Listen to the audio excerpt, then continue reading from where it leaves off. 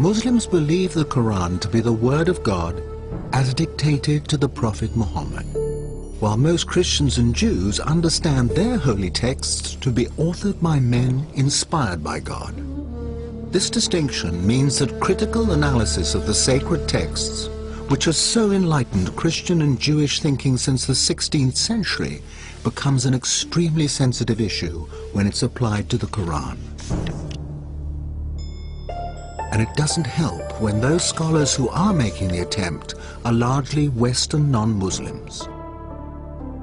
Can their studies really shed new light on the text and its origins?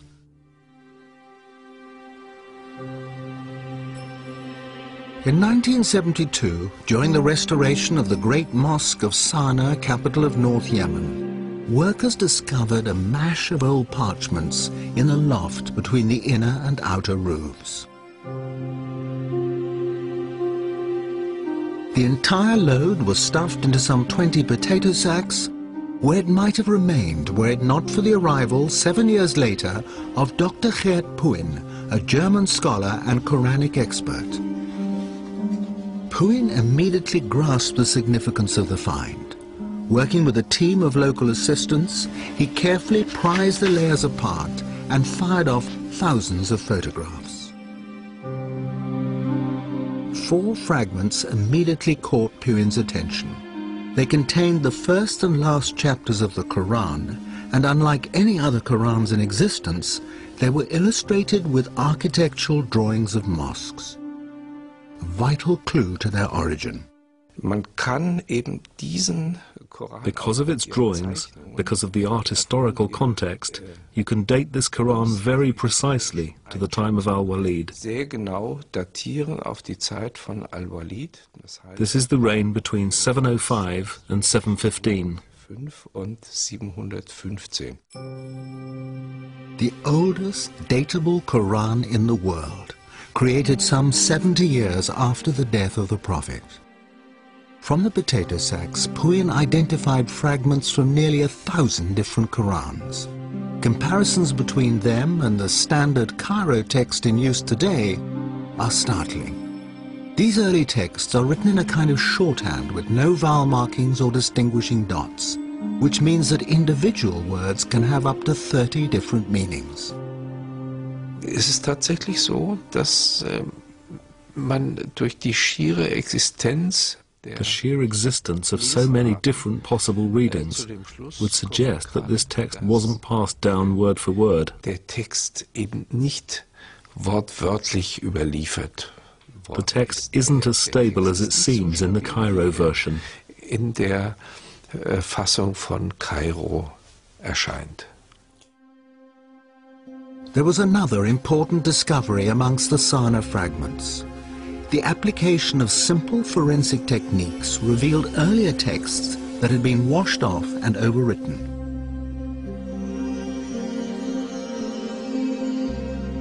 Although the hidden text revealed no contradictory meanings, words had been changed, verses and whole chapters rearranged. If his researches are correct, particularly on dating, it suggests, in fact, that the Quran was not a single product, a single entity that was fixed by 650, but actually developed much, much later, hence the overlaying of texts of written materials.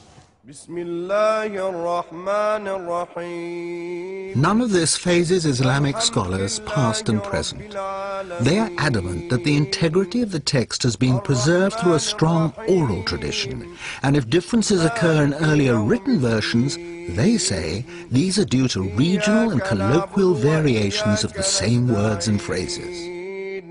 We accept that there is a diversity from the very beginning on very marginal things. It's not changing first the central message of the Quran, the pillars of our faith. In 2001, another German study caused such outrage that all mention of it was banned in some Islamic countries. A book appeared written by an expert in early Semitic languages. It was so controversial that the author published under a pseudonym and will only speak on condition that his identity remains concealed. So gesehen ist es unbedingt erforderlich, den Koran neu zu lesen. In order to understand it correctly, we need a fundamentally new interpretation and reading of the Quran. Dr. Marcus Gross helped to translate the book from its original German into English and is willing openly to express the author's views. Es wurde schon gesagt, 20%, ich würde sagen 25%. About a quarter or a fifth of the Quran contains unintelligible words or words which don't make real sense. That number can be vastly reduced with the knowledge of Syriac to, let's say, 5%.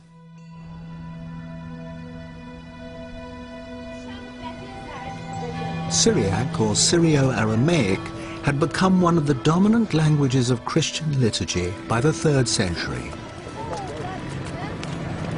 Christ spoke Aramaic, and it can still be heard in remote Christian communities like this town of Malula in Syria.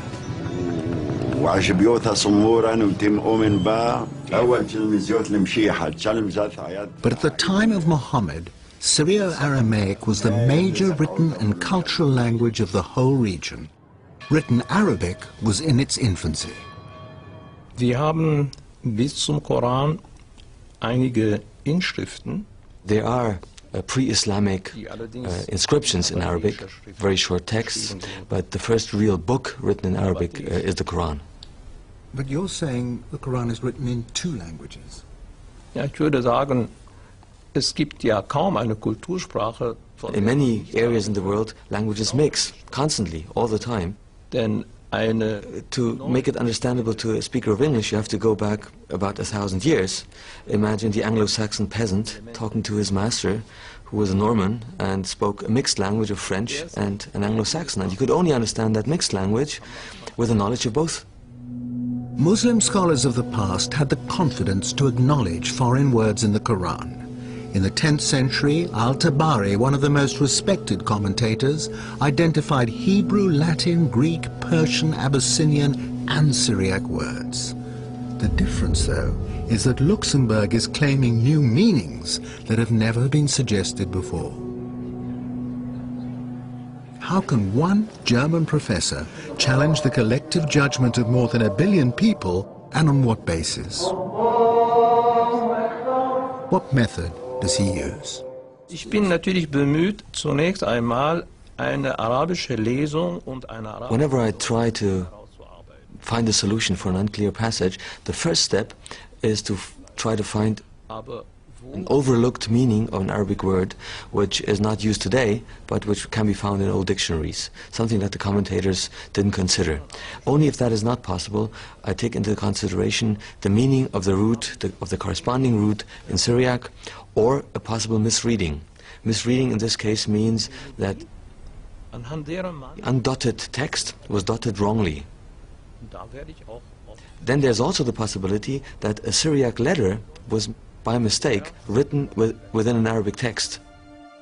Using these methods, Luxembourg examined some of the most obscure passages of the Quran. After Mary has given birth to Jesus, in the Arabic Quran, the archangel says to her, "Be not sad, your Lord has placed a little river beneath you." In Luxembourg's version, "Be not sad, your Lord has made your delivery legitimate." And there are other highly contentious examples. God's command to a skeptic in Arabic, "Look at your food and drink, look at your ass," becomes "Look at your condition and look at your overall state." At the end of the world, the earth steps forward in Arabic. In Syriac, the earth splits open. Plausible to some, but do any of these changes affect the central precepts of Islam? Or is Luxembourg just adding a little poetic color here and there?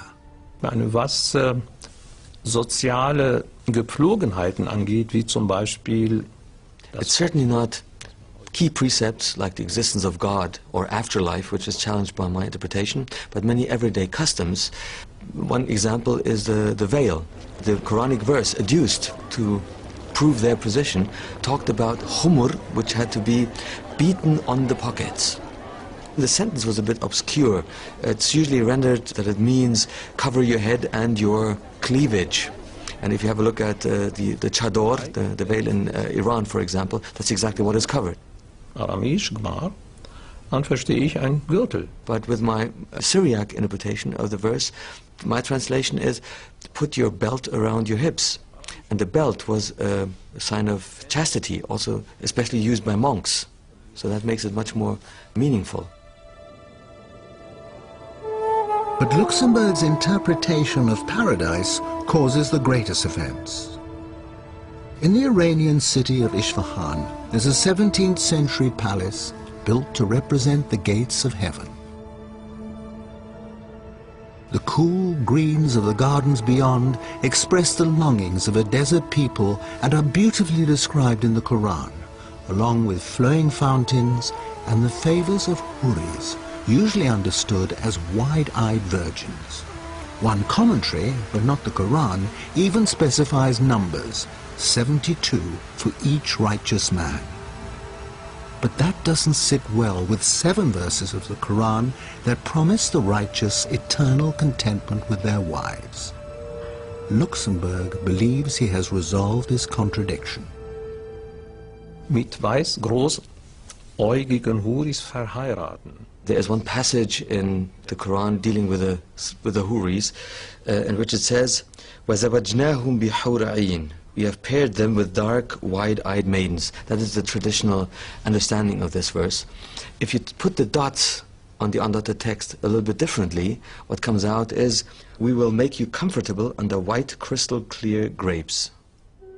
For the suicide bomber, then, not the prospect of 72 virgins in paradise, but in Luxemburg's interpretation, a modest bunch of grapes. German study, as far as I'm concerned, is very Christian-centric. It's influenced by the way Bible has been researched and put together. Bible and the Quran are not the same. It is the connection Luxemburg makes with Christian symbolism that is highly inflammatory to many, but a persuasive argument to others. This 5th century fresco in an Egyptian monastery depicts the archangels receiving souls in paradise. Each archangel holds a grape in one hand, and in the other cradles the departed souls, who are refreshed with bunches of grapes. The grape motif is repeated in the vestments of the priests of the Syrian Orthodox Church, all relating back to Christ's promise to his disciples at the Last Supper that he will not drink again of the fruit of the vine until he is reunited with them in his Father's kingdom. If foreign words were in the Arabic dictionary at the time of the Prophet, surely they had evolved into an Arabic meaning. So that particular word, even if it is Syriac, must be understood in the way the Arabs understood them. Not as grapes, but as hur, partners in heaven. I think we all understand that it's symbolic, that we have to go beyond the images and the way we look at the paradise, for example. You know, we are not asked to think of this on, you know, in a literal way. This is what is. We don't know. It's just for us a description of what is going to be beautiful beyond your imagination. Although Luxemburg's work has been called into question by leading academics and is controversial by its very nature, he believes it opens a door, encouraging linguists, archaeologists and historians to use modern tools to throw further light on the text and its context. For some Muslim scholars, that is in the Quranic spirit of free inquiry and no threat to those who are robust in their faith. This research by Luxemburg and his colleagues doesn't undermine any of the basic tenets, teachings or principles of Islam. What it does, though, is to provide interesting questions. And we as thinking Muslims, as people of the 21st century, that we should say, yes, let's look at what he's providing. And let's not just condemn, but let's also see if this research has a historical base or is it a product of European Orientalism.